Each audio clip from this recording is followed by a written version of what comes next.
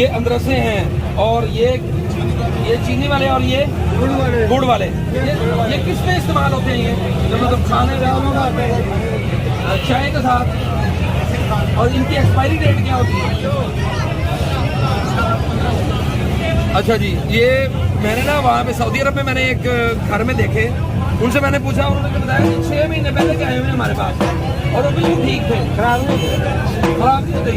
चावल के अंदर चावल के आटे इनका बनाने का तरीका दिखाओ, बुजुर्ग को बनाए जरा।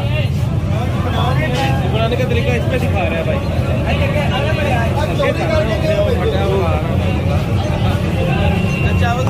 ये चावल के आटे से तैयार होते हैं जी माशाल्लाह।